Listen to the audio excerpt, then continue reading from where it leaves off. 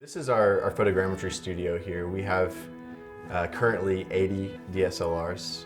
We have a customer in and we're able to shoot all of these cameras simultaneously, and that gives us some really good data. We've got 1.44 gigapixels of image data that we acquire in a split second, and the goal is to find the shared points of commonality between those images. If you're able to ascertain where exactly all the cameras are in space, then you can find those little shared points, the little pixels that each camera has a view into, and any given point of geometry, we're able to ascertain where that is in space. And we take all of those different views and we stitch them all together, and we have a really high quality, high polygonal model that we're able to do a lot with from that data.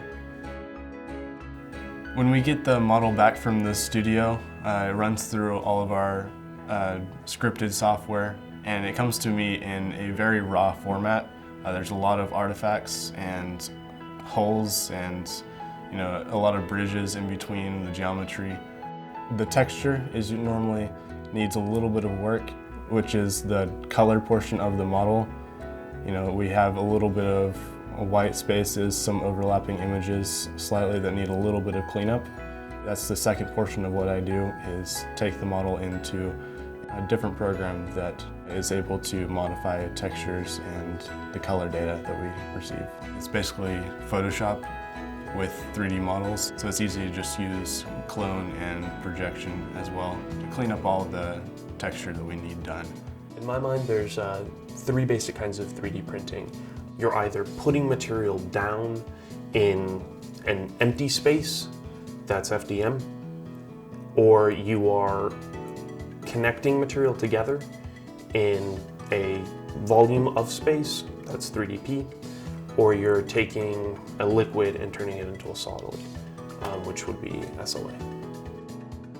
The value that we bring to the party is a very high resolution model. When we have that, we have to do what's called decimate it. We have to decimate it and make it less dense so that we play with the printers.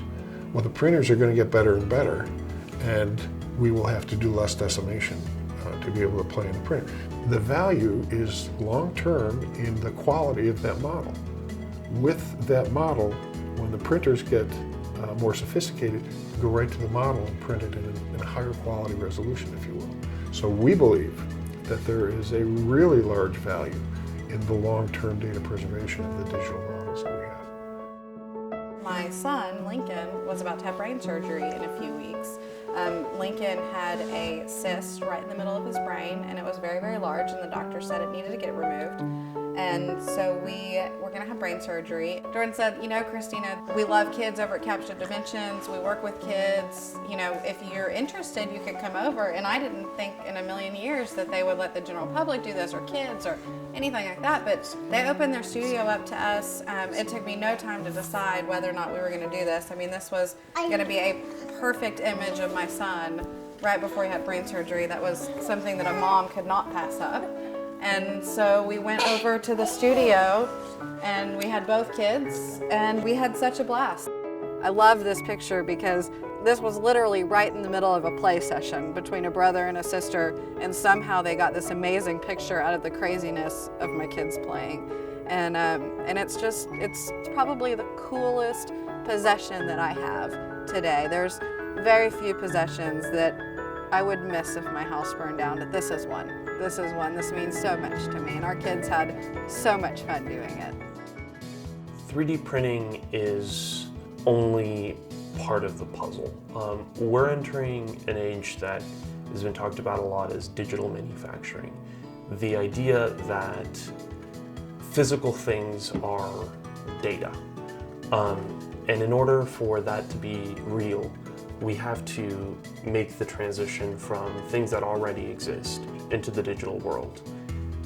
I think we do an amazing job at capturing humans. When we capture someone, they're not artificially still and captive. They're natural, they're moving. It's an instant in time, and I think that that's a really wonderful way of translating that data and that reality of that person into something digital. And the potential, once it's digital, is amazing. Regardless of the particulars of the application, the potential, because of the quality, is really limitless. We have an application we're playing with. It's a augmented reality where we would be able to manipulate that 3D digital model and do things with it. And it's basically taking a digital selfie, if you will, and drop that literally into a scene so that you can, take a look at it from a 3D model perspective electronically. Very bleeding edge stuff. So we just actually launched our first partner studio in Hong Kong. They are going to be working with the local market there, so hopefully we'll be able to get a lot more localized interest and customers in Hong Kong and the Asian markets in general. We have something like 80 to 100 people in the potential pipeline right now, hoping to get studios rolling in the near future. And we're hoping if we're able to leverage that community of interrelated studios that we'll be able to learn a lot more from each other and develop this technology a lot more rapidly.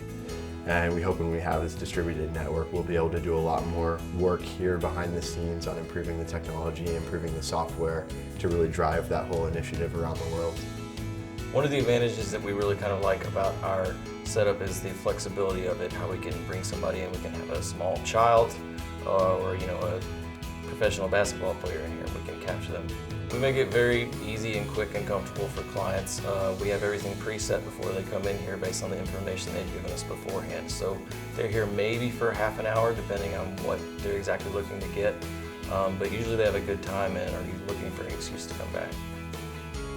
The net result will be a 3D digital model, and then again it depends on what we want to do with that. So whether it's augmented reality application, whether it's a printed figurine, whether it's jumping into a game, from our end product would be somebody else's beginning product. Stop playing around and get back to work!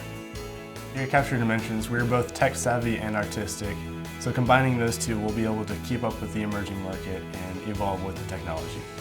The technology is always going to be there, it's always going to be able to be learned, but there's always going to have to be a team that can implement that technology and artists that can artistically change and adapt with that technology. So no matter how much this technology changes, it's always going to need the human element.